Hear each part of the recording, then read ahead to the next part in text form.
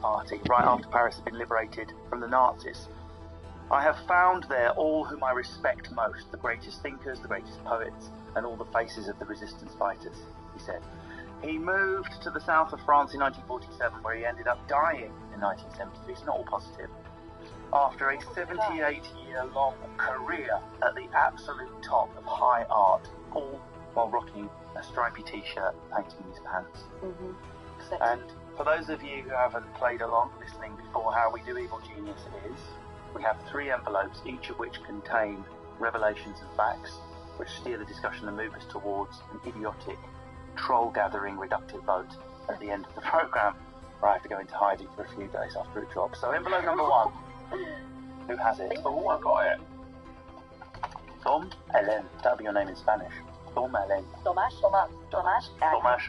It's really deep. Spanish is deep, isn't it? Yeah. I learned it in school.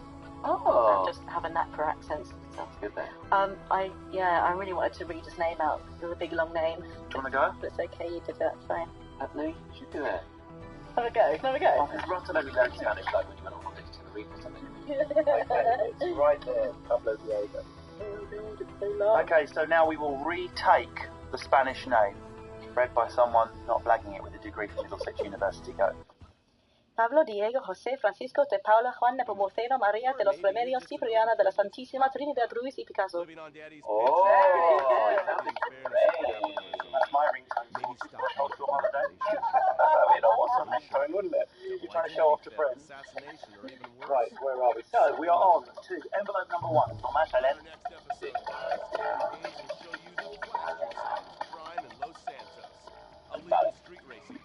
Actual genius. He was the greatest artist of the 20th century, creating over 20,000 works of art over 78 years, including paintings, drawings, plays, poetry, and sculptures. He was wildly prolific, talented, and original, and the godfather of modern art. Harriet, let's get this out of the way, Harriet. Yeah. Why is he a genius? Because, well, everything that Tom said really. I mean, obviously it's all subjective. Art is subjective. You can't really just go out there and say he was the greatest artist of the 20th century. He did. Well, he did, yes. And so did many others. Let's just take his word for it. No, but many others around him. No. If he says he's a genius, he's a genius. He was just a complete outlier. He was so prolific, which is like not the be-all and end-all because of quantity over quantity. I mean, quality. That's the one, isn't it? Quality over quantity. That's how it's supposed to be. But he was constantly creating, and he was creating things that no one had. Like, he got away with it because he was producing things from, and his heart was in the right place most of the time, and he was just constantly creating, and he made money almost straight away because he was really good at like the normal things you're supposed to be good at, and he just ran with it and just. Like new, like ideas. No one else was doing that. Like if I made up, like, I don't know, an ice cream made of beef. Yes, I think that would make you a genius. I think it's a little fun. Yeah. Ironically, it would be And a he is fantastic painting. Beef ice cream, some surrealist genius. Oh, I would love that. Or like a... My beef ice cream period. Why did you do something like that? Disgusting. He said he was the most important artist since Michelangelo. He said that. Yeah. Let's take his word for it. In his opinion, he was, and in so many other people's opinions. Because, to be honest, I have no respect for the concept of genius. So, But why don't you believe in genius, particularly when it comes to painting? It's an odd thing to say. because people tend to believe people when they say they're geniuses. I think they're people who claim to be geniuses, and then who people are like, yes, you're right, you're a genius. Like even the Einstein. Well, that doesn't negate the concept of genius. I think it does. But it doesn't exist. If we know. Really, really good at things. This is one of the most controversial. This has to be the last episode. But also, like everyone, especially the most geniuses, like the most people you think of when you think of geniuses, like they had so much luck as well. There's too many outside factors. Like no one's a genius really. And I think it's a silly idea. And also with art, it all comes down to opinion, doesn't it? As And well. that, yeah. So It's even more so. But I love the idea of him just being like, I'm amazing. Yeah. Oh yeah. It's like those comedians you see on Twitter that keep telling you how good they are. Like it's like those. The world takes you to your own valuation. That's what my dad And that's why I'm worth 50p. He was thinking. He was an incredibly strong personality, and I found this brilliant quote by him.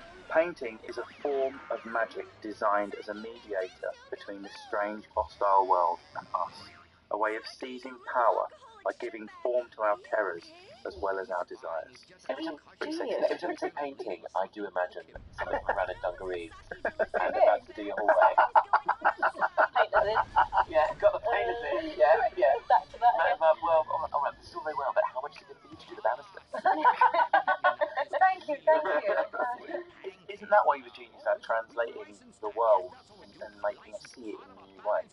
Well, I think just the fact that he was attempting to do that at all, I think, is laudable. He was constantly striving to. I mean, he was so truthful in a way, like, you know, because he wouldn't paint what he thought people would like.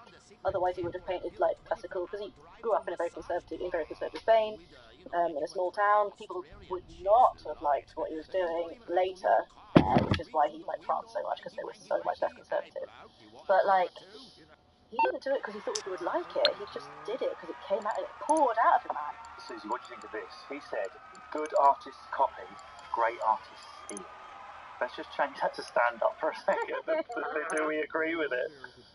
Well, good stand-ups copy, great stand-ups steal.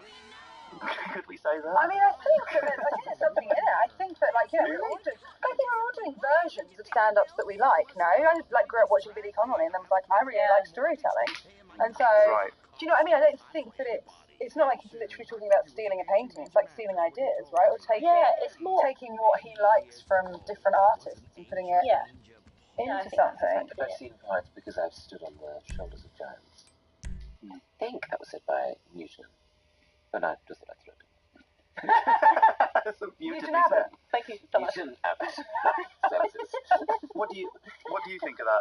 It's a provocative thing to say. If you were in a dressing room for a comedy, you probably wouldn't say it. Oh, I swear I've had plenty of those. I think that's not. I don't think that's an outrageous thing for someone, for any sort of creative person to believe, because I think that in order to be good at anything, you probably study people that have come before, and therefore you can't help but somehow be influenced by what they do, and that is a form of genius. Also, he was being provocative. Like, That was his job, you know. Tom, I've got one you're going to actually love, and I think you can start doing it straight away. Picasso is this. Carried a pistol with him, loaded with blanks, and if someone said something he didn't like, he just immediately fired it. Just to show the innovation. I think that would suit me. That would really suit me. You haven't really catch me jumping yet. I think that people would never go hungry. I think that would be fine. Doesn't that show them extraordinary? But I dare say that if you're Scary and horrible, but I mean, yeah. hilarious. I feel like he would have done it under the guise of like, oh.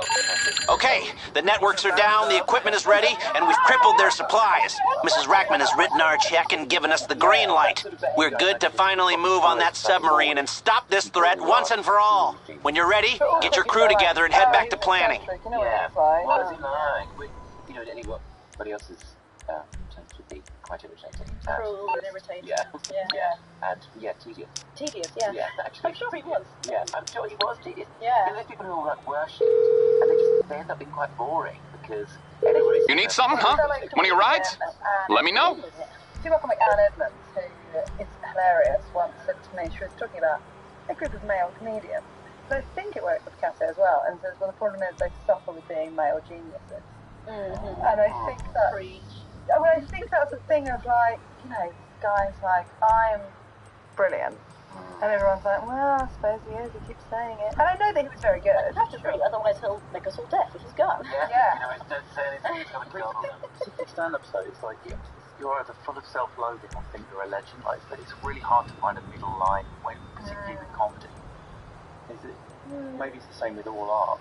I suppose you have a certain self-belief. Yeah, please do. No, I was going to say you have to have a certain amount of self-belief before you can stand up on a It's stage. coming at you. Even though we are Okay, I got stuff to do. Yes, but I would like to say this. You know what I mean? There's that thing, isn't it, of like, they say sometimes... All right, we might be ready to move on this thing. If you want the work, you'll get a knock on your door any minute. Sorry, what we have to Oh, no, I was just agreeing with you. You're welcome. We'll cut that out. We don't want to agree with but no, I do do think that I find it stunning when I see comics online being like, here's a clip of my stand-up. It's absolutely brilliant. I can't believe I'm not a household name. Whereas when I share something, I'm like, I was on this thing. Maybe you like this thing, maybe you don't. Here's my tour. If you like it, come. If you don't, I totally understand. Mine is please find it. Please find it. I would show the cat my I totally agree. What's the archetype of an artist, the stereotype, in the way that Einstein is the archetype of a scientist? I reckon, yeah. Don't know that one. That's I like. So now we're pulling time back. Come on, that note, Evelyn.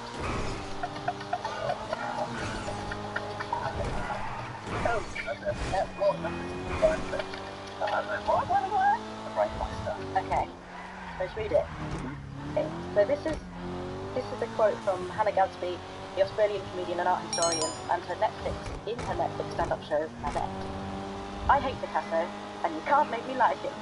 Okay, should I do it in the accent? Might be illustrating appropriation, Carla. Picasso is sold to us as this passionate, tormented genius, man or sex. But Picasso suffered the mental illness of misogyny.